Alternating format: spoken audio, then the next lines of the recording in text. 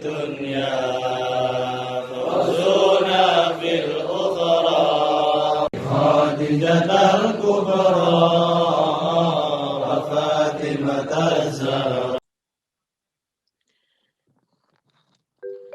Assalamualaikum warahmatullahi wabarakatuh. Terima kasih semuanya. Selamat pagi. Kita berjumpa lagi pada hari ini. Kita akan membahas mengenai husnudzon dan beramal soleh. Bab pertemuan kelima kemarin kita sudah menyelesaikan bab kedua dari semester kedua ini. Nah, ini adalah bab ketiga dari semester 2 ini, yaitu husnudzon dan beramal soleh. Pertemuan kali ini kita akan membahas tentang beramal soleh. Pada prinsipnya, amal soleh adalah perbuatan baik yang dapat memberikan manfaat. Amal soleh adalah bahasa Arab yang berarti adalah soleh, yaitu bagus, perbuatan bagus. Amal adalah perbuatan, soleh adalah bagus. Jadi prinsipnya adalah amal soleh adalah perbuatan baik yang dapat memberikan manfaat. Jadi setiap perbuatan baik yang memberikan manfaat baik bagi manusia maupun dirinya sendiri, itulah yang dinamakan beramal soleh atau amal yang soleh, amal yang bagus. Kebalikan dari amal soleh adalah amal yang di situ adalah perbuatan buruk yang dapat memberikan semacam kerusakan, entah itu bagi manusia, entah itu bagi lingkungan, entah itu bagi dirinya sendiri. Itu adalah kebalikan dari amal soleh. Ya, kita lanjut. Selanjutnya adalah syarat amal soleh bisa diterima. Amal soleh seperti dijelaskan tadi adalah amal yang atau perbuatan baik yang memberikan manfaat, yang dapat memberikan manfaat, entah itu bagi manusia lain atau dirinya sendiri. Nah, itu bisa diterima, itu bisa menjadi amal yang nanti bisa memasukkan surga ketika amal itu yang pertama adalah dilakukan sesuai dengan ilmu. Tentu saja amal soleh itu ketika tidak dilandasi dengan ilmu maka akan sia-sia. Seperti contohnya adalah sholat. Sholat ketika kamu tidak memiliki ilmu tentang sholat, maka sholat kamu bisa jadi tidak diterima. Alasannya kenapa kok ketika tidak sesuai dengan ilmu itu kok tidak diterima? Semisal kita sholat dan kita tidak tahu ilmunya, kita tidak tahu kalau sholat asar itu 4 rakaat. Nah, ketika kamu melakukan sholat asar 5 rakaat, maka itu adalah sebuah amal sholih yang tidak dilandasi dengan ilmu, tidak sesuai dengan ilmu. Maka itu tidak bisa diterima. Sholat asar harusnya 4, kok kamu melakukan 5, itu sebuah amal soleh yang tidak dilakukan sesuai dengan ilmu, maka itu tidak bisa diterima. Bahkan itu adalah sebuah kesesatan. Yang kedua adalah dilakukan dengan niat ikhlas karena Allah. Sudah barang tentu amal soleh ini harus dilakukan dengan niat ikhlas karena Allah. Karena ikhlas ini adalah kunci dari amal-amal kita untuk bisa diterima oleh Allah Subhanahu wa Ta'ala dan mendapatkan ridhonya. Ketika kita tidak ikhlas, maka amal itu tidak bisa diterima. Amal itu hanya di dunia saja. Misalkan sedekah, ketika tidak ikhlas juga sedekah itu ada di dunia saja, hanya mendapatkan pujian orang-orang saja, tapi tidak mendapatkan balasan dari Allah. Itu adalah ikhlas. Nah, ikhlas itu bertempat pada niat. banyak perkara-perkara atau amal-amal atau perbuatan yang kelihatannya itu eh, amal duniawi, tapi karena niatnya itu bagus, niatnya itu eh, sesuai dengan ilmu, maka niat perbuatan yang tadi itu bisa menjadikan amal tersebut menjadi amal akhirat, amal yang bisa dibalas oleh Allah Subhanahu wa taala karena bagusnya niat. Yang ketiga, syarat amal soleh bisa diterima yaitu dilakukan sesuai dengan aturan-aturan yang ada dalam Al-Quran dan hadis. Nah, aturan-aturan yang ada dalam Al-Quran dan hadis itu, amal soleh yang kalian lakukan itu harus bisa atau harus sesuai dengan aturan-aturan tersebut. Semisal contohnya adalah sholat maghrib. Sholat maghrib itu sudah ditentukan bahwa sholat maghrib itu 3 rakaat. Kok kamu menyalahi aturan menambah sholat maghrib menjadi 5, itu adalah tidak sesuai dengan aturan dalam Al-Quran. Begitupun juga ketika kamu sholat subuh 3 rakaat itu juga menyalahi aturan yang ada dalam Al-Quran. Apapun itu. Nah, apapun itu amal solehnya ketika aturan-aturan yang ada di dalam Al-Quran itu tidak dipenuhi, maka tidak bisa diterima amal soleh itu. Nah, selanjutnya macam-macam amal soleh. Nah, yang selanjutnya macam-macam amal soleh itu yang pertama adalah bertakwa kepada Allah. Tentu semua perbuatan yang menyangkut amal soleh, tentu itu adalah cakupan dari bertakwa kepada Allah. Apa sih bertakwa kepada Allah itu? Bertakwa kepada Allah adalah semua hal yang diperintahkan oleh Allah, baik dalam Al-Quran atau hadis Nabi, maka itu adalah takwa ketika dijalankan. Begitu juga hal yang dilarang oleh Allah pun itu adalah sebuah takwa juga ketika kita tinggalkan.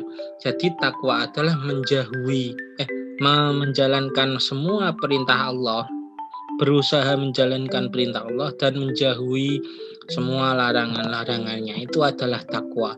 Secara garis besar ini adalah amal soleh. Semua amal soleh itu tujuannya ya bertakwa kepada Allah. Nah, yang kedua adalah patuh dan taat kepada orang tua. Yang kemarin sudah kita bahas mengenai patuh dan taat kepada orang tua pada bab kemarin. Patuh dan taat kepada orang tua merupakan cabang dari takwa kepada Allah, karena hal tersebut merupakan perintah Allah Subhanahu wa taala di dalam Al-Qur'an. Nah, patuh dan taat kepada orang tua ini adalah perintah yang ada dalam Al-Qur'an. Nah, Al-Qur'an kemarin mengatakan bahwa ketika orang tua kamu memerintahkan kepadamu sesuatu yang bersifat maksiat kepada Allah Subhanahu wa taala, maka kamu wajib untuk menolaknya secara halus. Itu adalah aturan dalam Al-Qur'an. Ketika kamu beramal soleh taat kepada orang tua, tidak menjalankan prosedur yang ada di Al-Quran tersebut, maka secara otomatis bisa dipastikan bahwa amal saleh yang kalian lakukan maka tidak bisa diterima. Itu adalah konsepnya. Nah, untuk cara-cara menghormati orang tua sudah kita terangkan pada bab kemarin. Lanjutnya. Nah, yang ketiga adalah berbuat baik kepada sesama. Contoh amal soleh yang ketiga adalah berbuat baik kepada sesama. Yang pertama, berbuat baik pada sesama adalah intinya adalah tidak membuatnya tidak nyaman ketika berada di samping kita. Yang pertama adalah tolong menolong dalam hal kebaikan. Tolong menolong dalam hal kebaikan ini, kenapa kok dalam kebaikan? Karena tolong menolong dalam kejahatan itu merupakan suatu larangan dalam Al-Qur'an. Ta'awanu 'alal birri wat taqwa wala ta'awanu 'alal itsmi wal 'udwan. Jadi tolong menolong yang diperintahkan dan yang menjadi amal soleh adalah tolong menolong dalam hal kebaikan, bukan dalam hal dosa atau maksiatan. Itu adalah hal yang dilarang. Yang kedua adalah bersikap ramah kepada semua teman. Yang ketiga tidak menyakitinya, entah itu fisik, entah itu dengan cara mengejeknya, entah itu nanti dengan cara meminta memalak uangnya. Itu adalah menyakiti. Entah itu menyakiti hatinya, itu adalah yang tidak boleh kita lakukan. Tidak menghinanya, tidak membeda-bedakan, entah itu anaknya orang kaya, entah itu anaknya orang miskin. Kita tidak boleh membeda-bedakan, entah itu kulitnya mohon maaf hitam, entah itu kulitnya putih, entah itu sawo mateng, entah itu apa belang, itu tidak boleh kita membeda-bedakan. Yang keenam adalah memakai masker. Ini adalah sebuah penghormatan kita kepada sesama yang ada di samping kita. Memakai masker adalah bentuk perlindungan kita atau bentuk penghormatan kita kepada sesama. Ketika kita memiliki sakit, ketika kita sakit, kita memakai masker itu bertujuan untuk orang yang berada di samping kita itu tidak tertular penyakit kita, dan begitupun sebaliknya. Yang selanjutnya adalah berbuat baik kepada lingkungan. Berbuat baik itu bukan hanya kepada manusia saja, tentu saja lingkungan pun perlu kita berlakukan secara baik juga. Itulah amal soleh. Amal soleh adalah berbuat baik, bukan hanya kepada manusia, bukan hanya kepada diri sendiri, tapi juga terhadap lingkungan. Karena perbuatan kita itu nanti mempunyai efek pada lingkungan. Ketika perbuatan kita atau sikap kita terhadap lingkungan itu baik, maka baik pula lingkungan itu. Nah, ketika buruk juga lingkungan itu nanti akan buruk, dan imbasnya nanti akan terdapat bencana alam, banjir, dan longsor. Yang pertama, cara untuk berbuat baik kepada lingkungan yaitu tidak merusaknya, menebang pohon sembarangan, membuang sampah sembarangan, jangan mengotori jalanan, jangan membuang sampah jalanan. Itu adalah di jalanan itu adalah sebuah cara untuk memperbaiki atau berbuat baik kepada lingkungan. Yang selanjutnya adalah amal soleh kepada diri kita sendiri. Kenapa kok diri kita sendiri itu harus amal soleh atau amal soleh itu kepada diri kita sendiri? Karena diri kita sendiri juga memerlukan hal yang harus kita jaga sendiri. Karena diri sendiri ini, karena badan kita sendiri itu harus kita jaga. Karena itu adalah perintah dari Al-Qur'an untuk menjaga roh, menjaga kesehatan. Yang pertama adalah tidak terjerumus ke dalam hal yang merugikan diri sendiri. Contohnya mabuk-mabukan, terus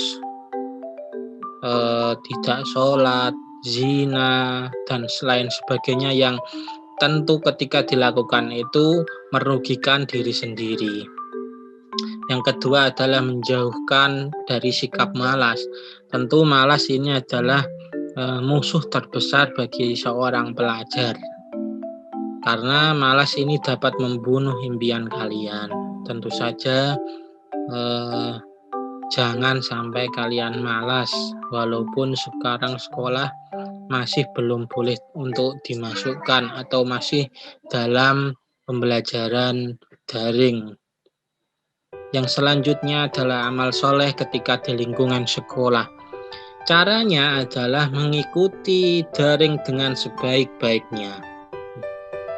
Itu adalah bentuk terbaik yang bisa kalian kerjakan untuk saat ini, karena dalam kondisi semacam ini, dalam pandemi semacam ini, maka mengikuti daring dengan sebaik-baiknya adalah merupakan amal soleh yang bisa kita lakukan di lingkungan sekolah.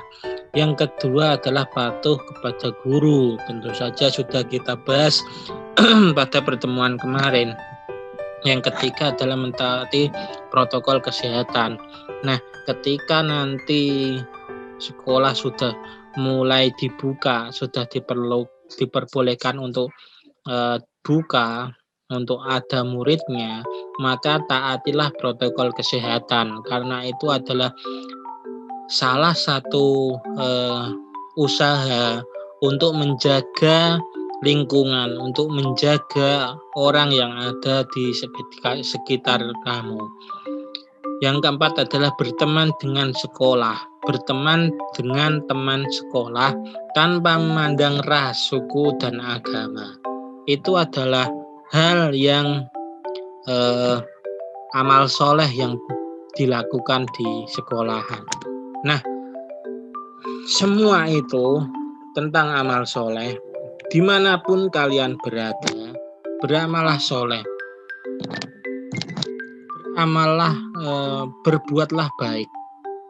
Dimanapun kalian berada, junjunglah nilai-nilai yang luhur, yang sesuai dengan Al-Quran, sesuai dengan hadis Nabi. Tentu itu akan membuatmu atau membuat dirimu itu nanti akan menjadi mulia, entah itu di sisi manusia maupun di sisi Allah Subhanahu wa Ta'ala. Cukup sekian mungkin pembelajaran hari ini.